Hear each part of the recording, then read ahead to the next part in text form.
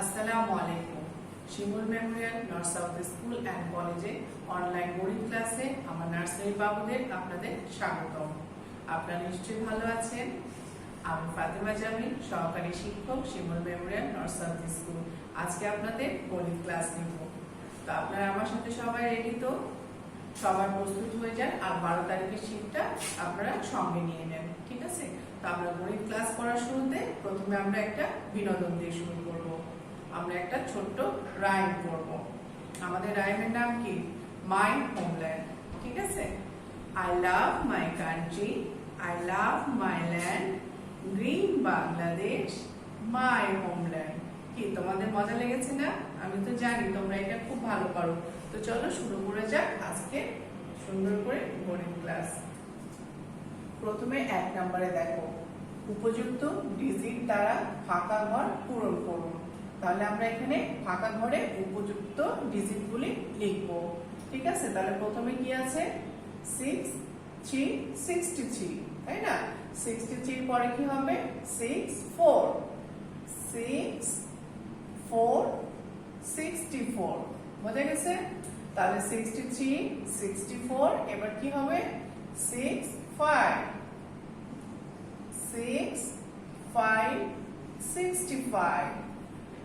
তাহলে আবার আমরা প্রথম থেকে চলে যাই। 3 6 56 6 4 64 6 5 65 6 6 66, এবার 6 7 67 6 8 68, নেক্সট 6 9 6 9 69।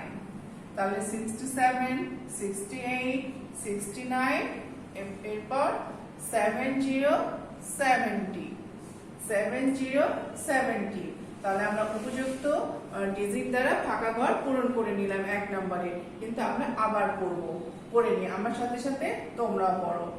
6 3 63 6 4 64 6 5 65 6 6 66 6 7 67 6 8 68 6 9 69 70 70।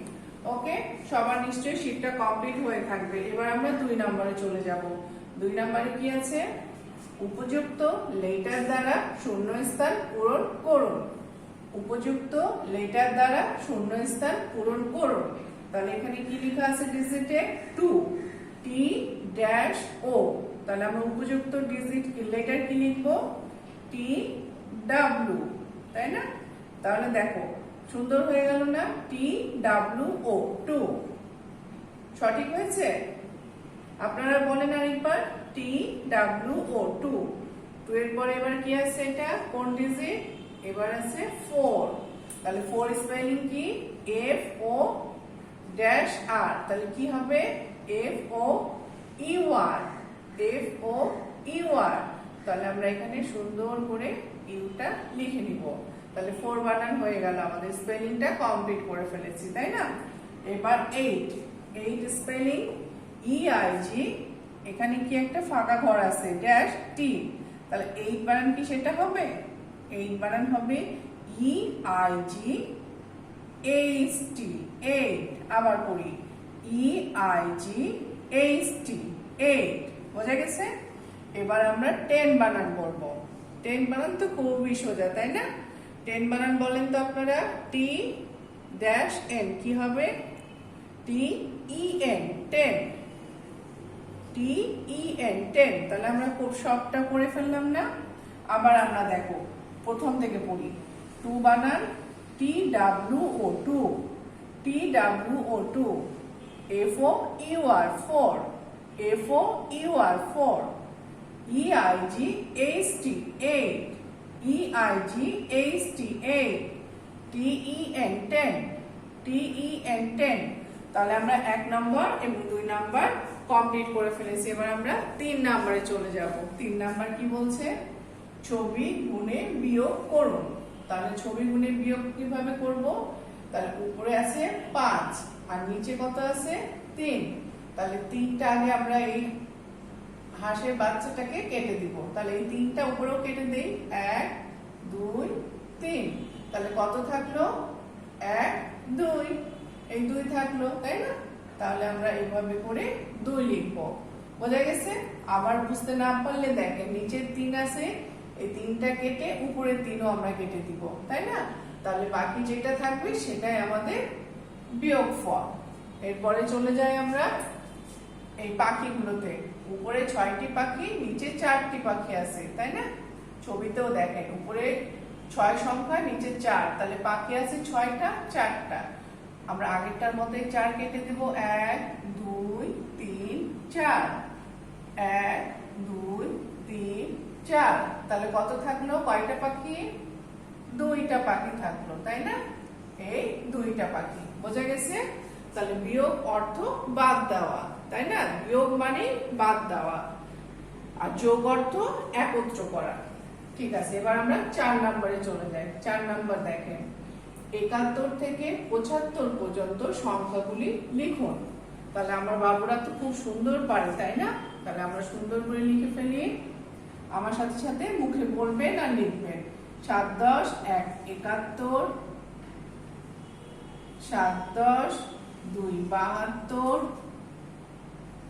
7 10 3 73, 7 10 4 74, 7 10 5 75। বোঝা গেছে? আবার আমরা বলি 7 10 1 71, 7 10 2 72, 7 10 3 73, 7 10 4 74, 7 10 5 75। তাহলে আমরা 4 নাম্বারটাও কমপ্লিট করে ফেলেছি। এবার আমরা 5 নম্বরে চলে যাব। 5 নম্বরে কি বলছে? নিচে সংখ্যাগুলি থেকে জোড় সংখ্যাগুলো চিনে সার্কেল করুন, তাই না? নিচে যে আমাদের অনেকগুলো সংখ্যা আছে, এর মধ্যে জোড় সংখ্যাগুলি সার্কেল করুন। তাহলে জোড় সংখ্যা আগেই বলে নিই। জোড় সংখ্যা আমরা কি শিখেছিলাম? যে কোনো সংখ্যার ডান পাশে 0 2 4 6 8, এগুলো হচ্ছে জোড় সংখ্যা, তাই না? তাহলে ডান পাশে 1 আছে, এটা কি জোড় সংখ্যা হবে? না।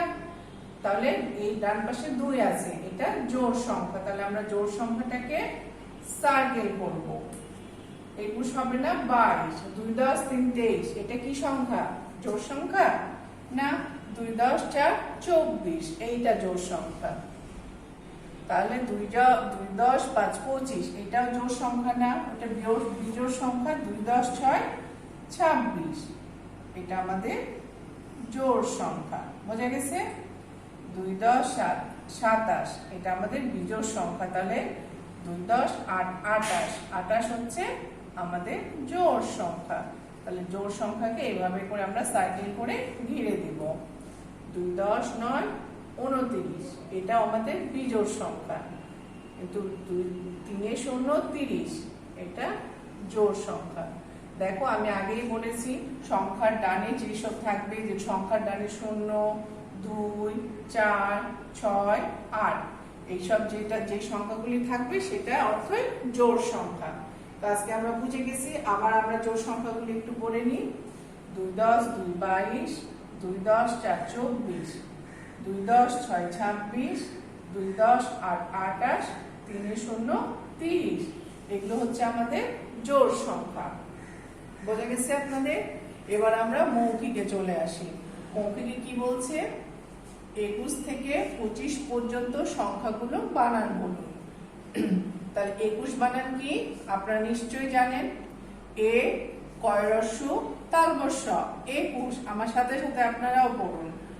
এ কয় রস্যু তালবস্য 21। 22 বানান বয় আকারে বা রস্যই তালবস্য 22।